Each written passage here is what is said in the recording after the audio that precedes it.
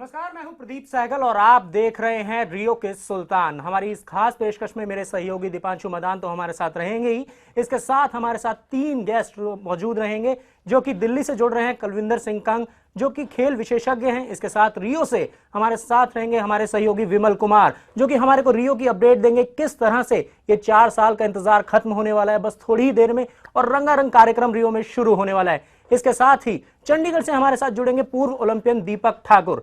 चलिए तो शुरू करते हैं हमारी ये खास पेशकश रियो के सुल्तान।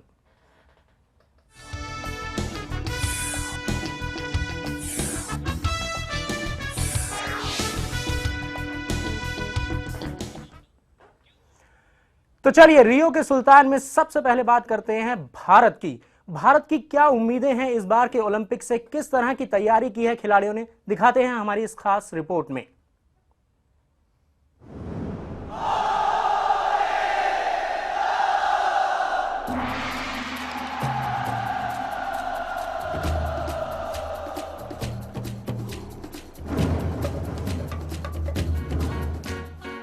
ओलंपिक एक ऐसा शब्द जिसे सुनते ही आपके जहन में खेल, खिलाड़ी, मैदान, रिंग्स, झंडे, मेडल,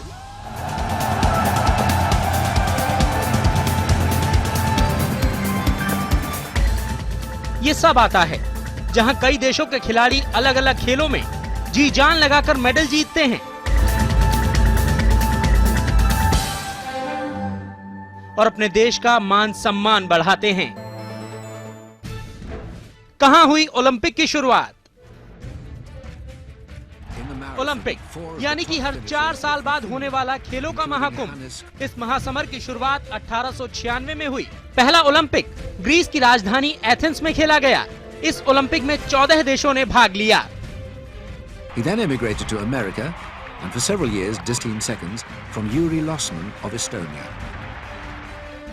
ओलंपिक की शुरुआत के बाद इसके लिए कुछ स्पेशल चिन्ह भी बनाए गए जिससे इसे खेलों के बाकी बड़े आयोजनों से अलग बनाया और दिखाया जा सके। Olympic rings.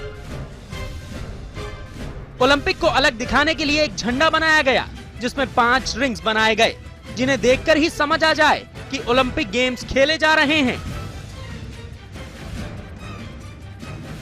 ओलंपिक मशाल। ओलंपिक मशाल खेलों के इस महाकुंभ की एक और प्रतीक है। ग्रीस में हुए पहले ओलंपिक में अग्नि देवता की पूजा की गई और एक मशाल भी जलाई गई। यह परंपरा आज भी जारी है।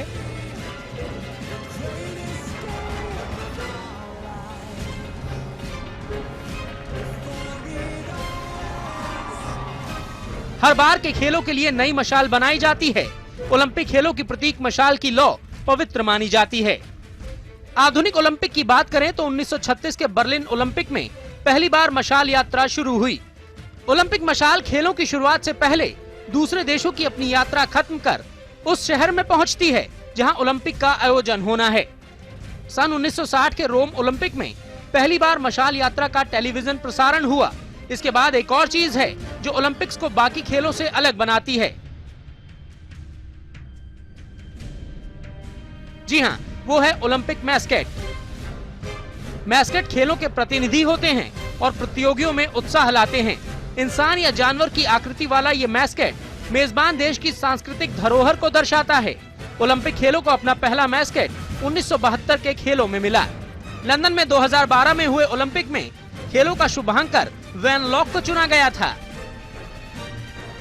Pradeep Sehgal, sports desk, ETV news.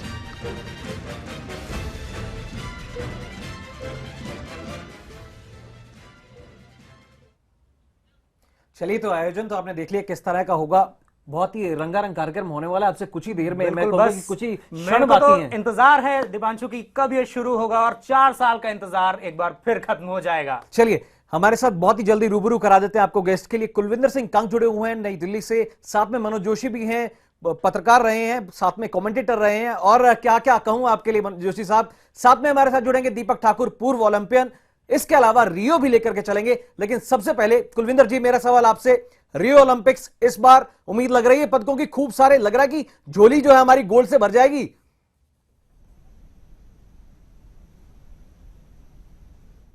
Olympic में भारत ने 6 पदक जीते थे और निश्चित तौर पर उसमें स्वर्ण पदक नहीं था। और इस बार मेरा मानना है कि ये पदकों की संख्या 10 और 12 के बीच में होनी चाहिए। पदकों का रंग भी बदलेगा और पूरी जो तैयारी की गई है वो तैयारी यहां पर दिखाई देगी।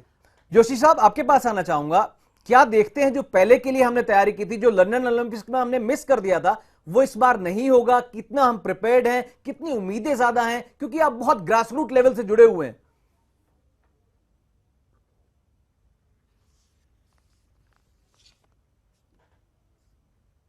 पिछली बार हमें, जैसा कि अभी कुलविंदर सिंह कंग जी ने बताया, आपने बताया, 6 पदक भारत को हासिल हुए, कोई स्वर्ण पदक नहीं था। लेकिन इस बार जो है हमारे पदकों की संख्या कितनी होगी ये बहुत ही चर्चा का विषय है। लेकिन ये बहुत कुछ इस बात पर निर्भर करेगा कि हमारे शूटर्स कैसा प्रदर्शन करते हैं। निशानोबाजों पर काफी ज्यादा उम्मीदें टिकी हुई हैं और मैं कहूंगा कि हमने बहुत टॉप स्कीम हो, चाहे बहुत पैसा बहाया है, बहुत खर्च किया है, लेकिन यहां अगर हम 7 या 8 मेडल भी जीत जाते हैं, 6 की संख्या को पार भी कर जाते हैं, तो वो बहुत बड़ी उपलब्धि होगी। बहुत बड़ी उपलब्धि होगी। दीपक, आपके पास आना चाहूंगा। You being a former Olympian, अब से कुछ ही देर में वो लम्हा आने वाला है जब ओपनिंग सेरेमनी होगी, वहां रह करके भारत को रिप्रेजेंट करना, कैसी फीलिंग होती है अपने आप में?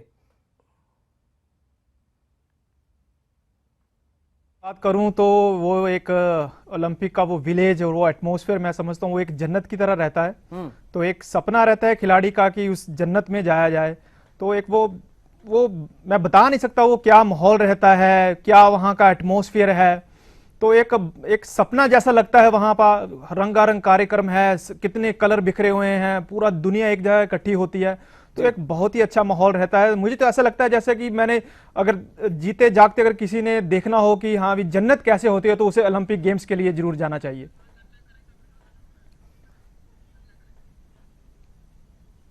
जोशी साहब, आपके पास एक बार फिर से आना चाहूंगा। जैसे इन्होंने भी कहा, दीपक ने, कि बहुत वो एक अच्छा लम्हा होता है, आपके हर्ट्स में बटरफ्लाईज होती हैं स्टमक में, और ये यकीनन तौर पर बयान नहीं किया जा सकता, फील जरूर किया जा सकता है। आप रेसलर्स के साथ रहे हैं, और अगर अभी की बात करें रेसलिंग फेडरेशन ऑफ इंडिया के साथ आप जुड़े भी हुए हैं, कितने तैयार हमारे पहलवान हैं? और नरसिंह को जो अभी बहुत अच्छी खुशखबरी मिली है, अब से कुछ ही देर पहले खबर भी आई कि वो रियो रवाना हो चुके हैं। कितना बड़ा लम्हा देखते हैं नरसिंह के लिए, क्योंकि इतनी फाइट के बाद अब वो वापस मैदान में दिखेंगे?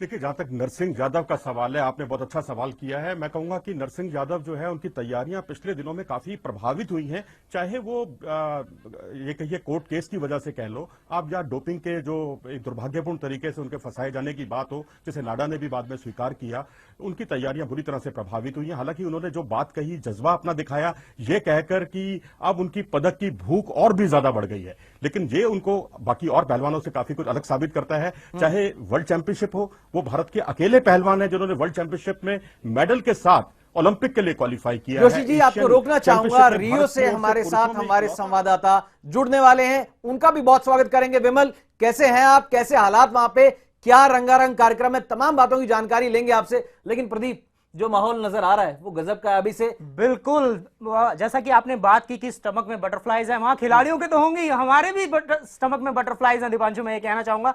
तो चलिए, हमारे साथ जुड़ गए हैं विमल कुमार जुड़ गए हैं रियो से सीधे। तो चलते हैं विमल के पास। विमल, कैसी है वहां की तैयारियां? और बस किस थोड़ी ही देर और फिर आयोजन शुरू हो जाएगा, किस तरह की? तो दिग्विजय जुड़ गए हैं हमारे साथ रियो से। तो दिग्विजय से पूछेंगे कि किस तरह की तैयारियां हैं और कैसा है रियो का माहौल। जी दिग्विजय।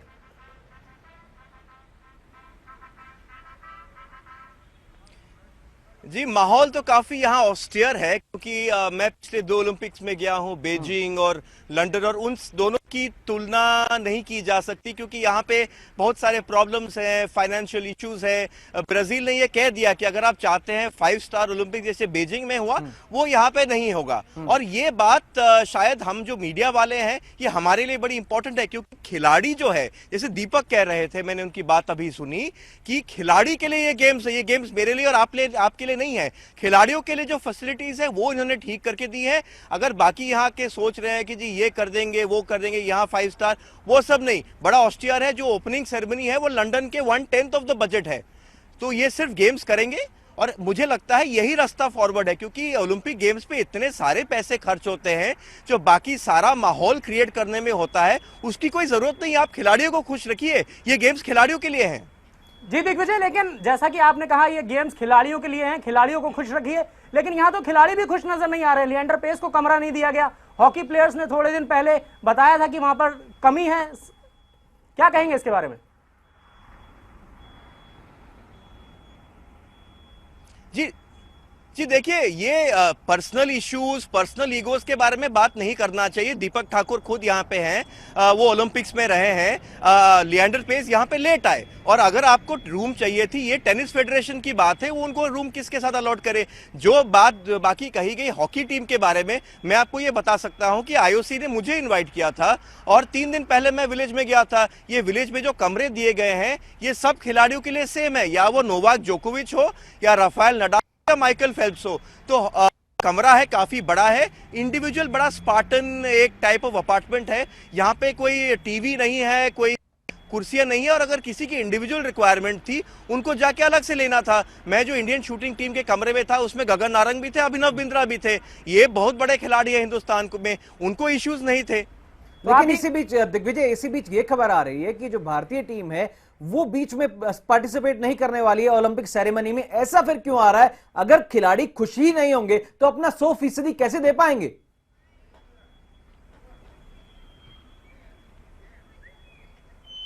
सर, आप मुझे ये बात बताइए कि भारतीय हॉकी टीम का मैच कल सुबह है। राइट। आपकी ओपनिंग सेरेमनी यहाँ शुरू होती है शाम के 8 बजे, वो खत्म होगी 12 बजे। दीपक को पता है कैसे ओपनिंग सेरेमनी के बाद 2 घंटे लगते हैं विलेज आने में। जब तक ये वापस विलेज में आएंगे रात के 2 बज जाएंगे, तो ये टीम सुबह कैसे मैच खेलेगी? यहाँ पे ओपनिंग सेरेमनी बड़ा इंटरेस्टिंग है, लेकिन बहुत सारे खिलाड़ी जो हमारे हैं वो नहीं जाते। अभिनव बिंद्रा ने मुझसे ये बात कही कि सिडनी के अलावा ये पहली बार वो गेम्स ओपनिंग में जाएंगे, क्योंकि उनका इवेंट सबसे पहले होता है। बातें दिग्विजय ये भी सुनने में आ रही है, उनसे एक्सपेक्ट करना। बातें दिग्विजय ये भी सुनने में आ रही हैं कि कुछ खिलाड़ियों को अभी तक जर्सीज भी नहीं मिली हैं। चलिए तमाम पहलुओं पे बात करेंगे, चर्चा करेंगे। मनोज जी आपके पास भी आऊंगा, कुलविंदर जी आपके पास भी आऊंगा, लेकिन फिलहाल जो है वो वक्त हो चला एक छोटे से ब्रेक का। डोंट गो एनीवेयर, हम फिर लौटेंगे। रियो का सुल्तान जारी है। प्रदीप मेरे साथ बने हुए, तमाम मेहमान भी मेरे साथ बने हुए।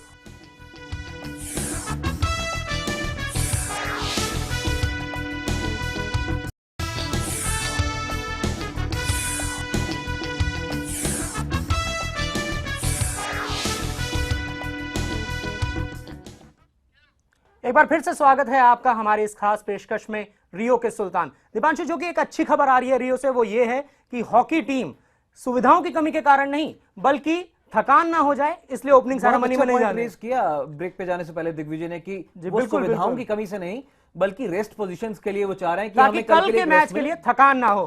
चलिए चर्चा पे फिर एक बार चलते हैं, फिर नई दिल्ली चलते हैं। कुलविंदर जी आपके पास आना चाहूंगा। बहुत बहुत बहुत कवर किया आपने हॉकी, खूब कमेंट्री की, 4 ओलंपिक भी कवर किए। क्या इस समय चल रहा होगा हॉकी टीम के अंदर? दिमाग में क्या चल रहा होगा? नए नए कप्तान है, कल पहला मुकाबला होना है। अभी वो सेरेमनी में तो हिस्सा नहीं ले रहे हैं, लेकिन माइंड में क्या चल रहा होगा, ड्रेसिंग रूम में क्या चल रहा होगा, बातचीत क्या हो रही होगी? देखिए, सबसे बड़ी बात है दीपांशु की, अगर कल सुबह उनको मैच खेलना है तो बिल्कुल सही कर रहे हैं, टीम को आराम करना चाहिए। और सबसे जो पहला मैच होता है, पिछले 7-8 ओलंपिक्स की मैं बात कर सकता हूं, सन 1988 से लेकर सियोल ओलंपिक से लेकर भारत हर बार अपना पहला मैच हारा है, केवल 2000 में सिडनी को छोड़कर, जहां उसने अर्जेंटीना को हराया था। तो कल आयरलैंड की टीम रैंक में भारत से नीचे है, लेकिन कल के मैच को उन्हें ऐसे लेना पड़ेगा जैसे कि आपका ये फाइनल मैच है। अगर पहले मैच में आयरलैंड को अच्छे तरीके से हराते हैं, 3 अंक भी मिलेंगे, टीम का कॉन्फिडेंस भी बढ़ेगा। तो कल के मैच को, क्योंकि जो भी टीम यहां पर क्वालिफाई करके आई है वो ओलंपिक खेलने आई है और पूरी तैयारी के साथ आई, किसी टीम को हल्के नहीं लेना होगा। और टीम सक्षम है, रैंक में 5वें नंबर पर है, दुनिया की अब किसी भी टीम को टक्कर दे सकती है। मैं समझता हूं कि आयरलैंड के बारे में कोच ने एक अच्छी रणनीति बनाई होगी और निश्चित तौर पर एक अच्छी जीत के साथ इस प्रतियोगिता की शुरुआत करना चाहेगी भारत की टीम, और उसके लिए पूरी तरह से रणनीति बनाकर तैयार है। लेकिन हर रोज हम रियो से जुड़ेंगे, साथ में हमारे साथ मेहमान भी होंगे। रियो के सुल्तान जारी रहेगा अगले 21 दिन तक। उम्मीद होगी कि भारत 1 नहीं, 2 नहीं, 4 नहीं, बल्कि 5-6 गोल लेकर के आए और इतिहास बरकरार करे। जी बिल्कुल, और इस बार सभी भारतीय फैंस को उम्मीद है कि सबसे ज्यादा पदक रियो ओलंपिक्स में भारत के लिए आए। आप बने रहिएगा हमारे साथ अगले 21 दिन हमारे इस खास पेशकश में, रियो के सुल्तान। नमस्कार, टाटा, बाय बाय।